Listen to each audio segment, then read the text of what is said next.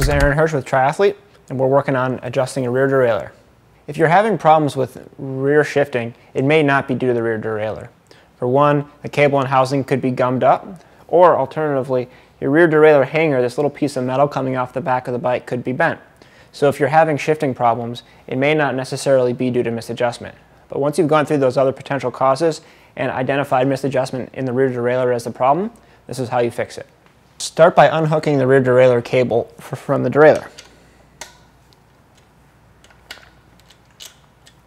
Next, what you're going to want to do is screw in the barrel adjuster. So if you're behind the bike, you want to turn it clockwise. This piece here is used for micro adjustment later in the process. Once you've made those two changes, you'll be able to move the derailleur up and down with your hand. The first step in the process is setting the limit screws. The limit screws are marked H and L. H stands for high gear, L for low. High means the smallest cog, L means the highest. To set the high limit screw, I'm looking down at the upper derailleur pulley and the smallest cog on the cassette. I want the pulley situated just slightly to the outside. Right now we're pretty much lined up, so I'm going to use my screwdriver to unscrew the high limit until it's about halfway outside of this hardest cog.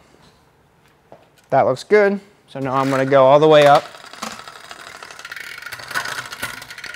into the easiest gear and do the same thing, but rather than looking for the pulley lining up to the center of the cassette, I'm going to look to the outside. Loosen it a little bit more, and the upper pulley sits outside of the easiest cog. It's also clear of the spokes on the other side, meaning the derailleur won't get sucked into the wheel when I'm riding.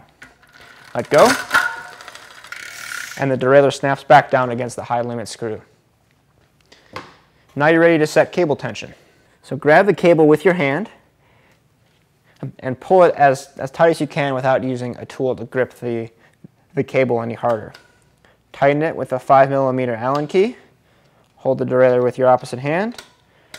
Give it a nice little snug there. Now to set the cable tension, I'm going to go up one cog, and as you saw, the chain barely skipped into the second gear, so I'm going to use the barrel adjuster to increase cable tension. Think of the upper side of the barrel adjuster as an indicator for what direction you're moving the derailleur. To move it that way, turn the barrel adjuster like that. To move it out from the bike, in the other direction. Since the derailleur had a hard time moving the chain up one gear, I'm going to turn the barrel adjuster in that direction, and I'm going to look down to see when the pulley lines up with the second cog. That looks pretty close, so I'm going to drop it back down into the hardest gear and up one at a time, listening for the chain rubbing against the cogs.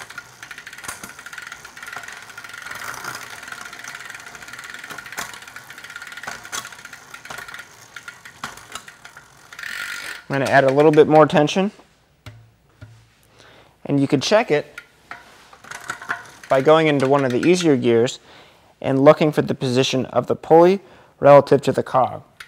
I'm going to go down, checking every gear in both directions. It's a little bit slow on the way down and a little bit quick on the way up, so I have a little too much tension there.